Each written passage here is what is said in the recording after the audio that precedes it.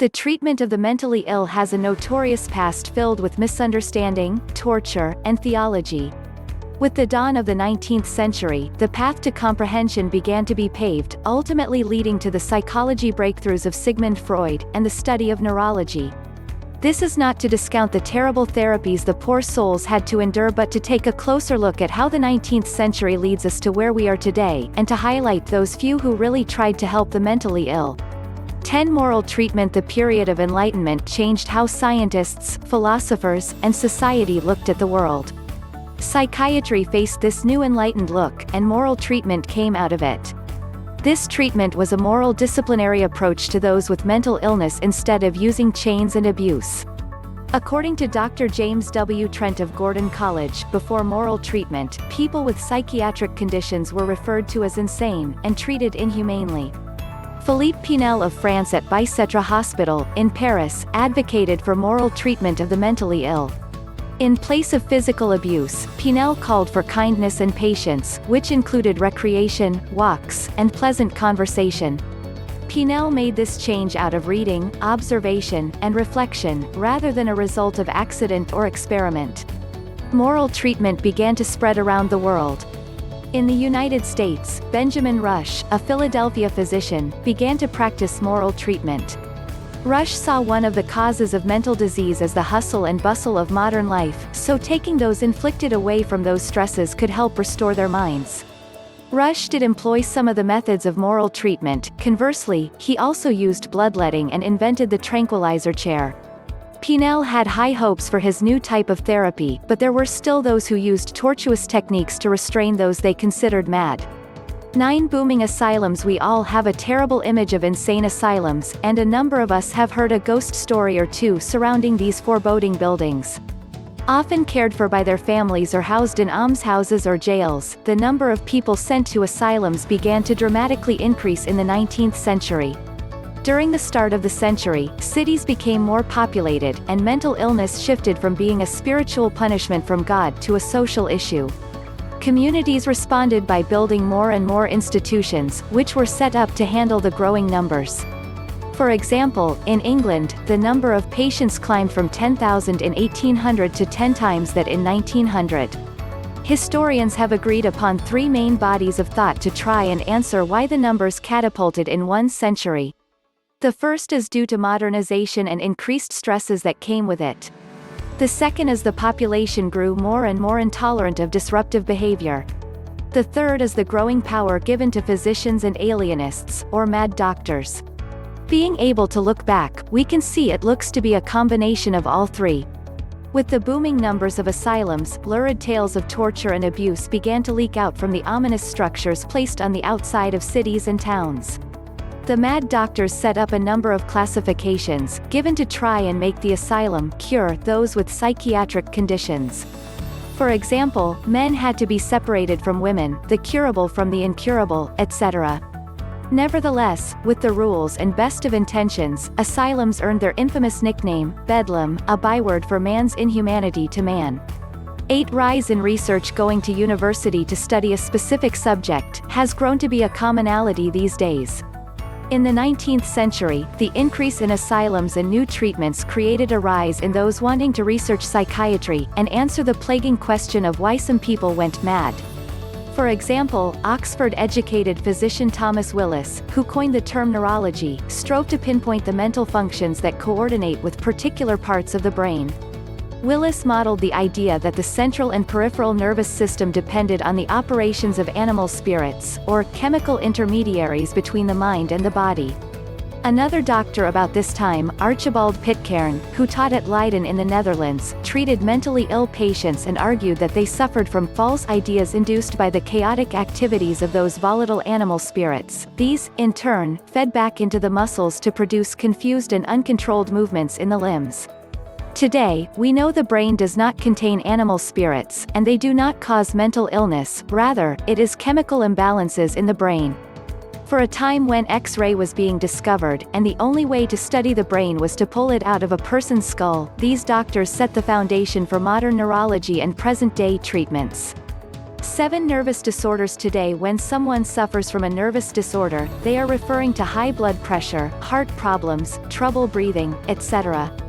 Back in the 19th century, nervous disorders referred to shattered nerves, nervous collapse, nervous exhaustion, or a nervous breakdown. The symptoms did not include heart problems or trouble breathing, but instead, a sense of emptiness, hopelessness, obsessive thoughts, sluggishness, and a general indifference. This is where we got the saying about having strong or weak nerves. The idea of nervous disorders being a functional illness that only affected the superior people came from the scientific emphases that ran rampant during this time. On both sides of the Atlantic, Victorian men were wallowing in hypochondria and Victorian women falling into hysteria. Private nerve clinics to treat this malady sprang up, where the rich could go to the spa to recover from their nervous breakdowns. These disorders only glamorized mental illness and took away from the real understanding of what those poor people had to endure. 6. Monomania. The 19th century was full of scientists seeking to find reasons and answers for why the mentally ill became that way. Doctors commonly believed that insanity was a defect of reason, and the person's inability to rationally comprehend reality. With the rise in research and study of the mentally ill, Jean-Étienne Esquirol brought another hypothesis to try and answer why monomania. This is partial delirium, where the patient suffered from a false perception, which they then pursue with logical reasonings. These false perceptions can be illusions, hallucinations, or false convictions. Monomania is not an absence of reason, but the presence of a false idea. For example, mentally ill patients can suffer from illusions and hallucinations, and it is these that convince the patients of an incorrect reality, to which they act out logically to this false perception. Esquirol developed the diagnosis of monomania to explain paranoia disorders, such as kleptomania, nymphomania, and pyromania, which all can be detected by a trained eye. Monomania provided the needed foundation for scientists and doctors to discover concepts such as obsession and psychopathy. 5. The Monotone Rules. On January 20, 1843, a Scottish craftsman, Daniel Monotone, believed Tories and Conservatives were intent on murdering him for his involvement in the early workers' movement in Great Britain. In response, Monotone set out to kill the sitting Prime Minister, Robert Peel. However, mistaking Peel's secretary, Edward Drummond, for the government leader, Monotone shot and ultimately killed Drummond. During the trial, Monotone pleaded not guilty due to moral insanity in the form of monomania. This tactic worked, and Monotone was found not guilty by reason of insanity. Outraged, Queen Victoria and the public demanded this case be reviewed. As a result, many questions were posed to all the judges regarding the case and verdict.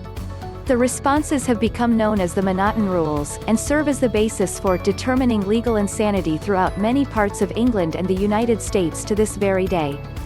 For the Opal, the lunatics' literary journal, the moral treatment movement started by Pinel in Paris, gave rise to the opportunity for the patients in New York's lunatic asylum Utica to create their own literary journal, the Opal. The first issue, in 1850, was only given to members of the asylum. However, the next issues were sold at an asylum fair, so by 1851, the journal was being published in the American Journal of Insanity, the professional forum for that time. At the end of the first year, the Opal had over 900 subscribers and was in circulation with 330 periodicals, and all the profits went into the asylum's library. Moral treatment calls for kindness, patience, and recreation. The creation of the Opal demonstrates an essential element to this treatment, preventing sickness and sorrow. Along with fairs, theatrical shows, debating societies, and lectures, the Opal aroused the mind of the insane away from morbid trains of thoughts and into the rational, orderly, polite facilities of the mind. The journal was an important outlet for the patients, and it provided them a platform to showcase their own voices. However, the Opal only lasted until 1860, when it too fell victim to the demise of the moral treatment movement. 3. India's insane asylums. Historically, Great Britain has colonized numerous countries around the world. India was one of them, during the 19th century. As the number of the mentally ill grew in Europe and the United States, so did the numbers in India. As the asylums began going up, the British Crown initiated the same treatment styles as Pinel and Esquirol for their Indian asylums. Even so, the local British colonials and authorities considered themselves superior to the locals, and they were unwilling to share facilities with them. Letting prejudice and bigotry take hold, the physicians separated the locals from the British. Those deemed insane in India were now sent to decrepit public institutions. The superintendent, Surgeon R. F. Hutchinson, M.D., of Patna Lunatic Asylum sent a report to the Inspector General, explaining the need for more space and better sanitary conditions in one of these asylums.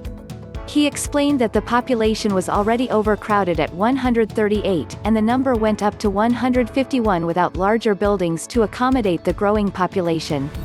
Hutchinson also stated that due to the drainage sending everything to low ground, where the Indian people reside, parts of buildings were unusable and unfit for occupation. In his report, Hutchinson puts it rather bluntly when he states, "This evil cannot, of course, be remedied without either raising the plinth or removing the asylum bodily to a higher site." Hutchinson was one man, struggling to care for his growing population of mentally ill, and instead of sitting back, he did what he could to try and make their life a bit better. To phrenology, many us have seen the pictures with words written all over a human head. Some of us might even have one as a knick-knack, however, none of us will pull it off the shelf and use it to define how a perfect stranger will act. Back in the 19th century, this was a popular study known as phrenology. This is the study of the relationships between character and the shape of the skull. Austrian physician, Franz Joseph Gall, a founder of modern neurology, put phrenology together and held the belief that the shape of the skull influences behavior. Gall studied mathematicians, coachmen, sculptors, and the like, searching for commonalities between the shapes of all their skulls. However, Gall faced two significant problems with his theory. One, he based his claims on a single happenstance. For example, cautiousness was above the ears because he felt a large bump there on a cautious priest. 2. Gall only looked for cases that conformed to his hypothesis and simply ignored those that contradicted him. Gall was way off when it came to phrenology and how the brain actually works, yet he still laid the foundations for future neurologists to pick up and better understand the miraculous organ. One Dorothea Dix. The 19th century brought about insane asylums, increased research, advanced treatments, and new studies of thought. While some of these provided good to those in need, nonetheless, numerous brought more misery to the mentally ill than they did comfort. An amazing lady, Dorothea Dix, saw the suffering of those in asylums, poorhouses, and jails, and sought to expose the cruelties of their confinement. Taking her fight to Boston, Dix found powerful allies, including Reverend William L. Ray Channing, the leader of Unitarianism that sought for social reforms. In 1841, Dix began traveling around Massachusetts, examining the conditions those with mental illness had to live in. She found them in cages, closets, cellars, stalls, pens. Chained, naked, beaten with rods, and lashed into obedience. By January 1843, Dix took her petition to the state and sought increased funding for these establishments. However, hers was the only voice seeking sympathy and help for these people. But she did not give up, and eventually, the state passed legislation to expand the state insane asylum in Worcester. Dix did not stop there. She went on to lobby for the better treatment of the mentally ill in many states. At a time when those deemed insane or mad were treated worse than animals, Dorothea Dix was their voice, and she fought for them.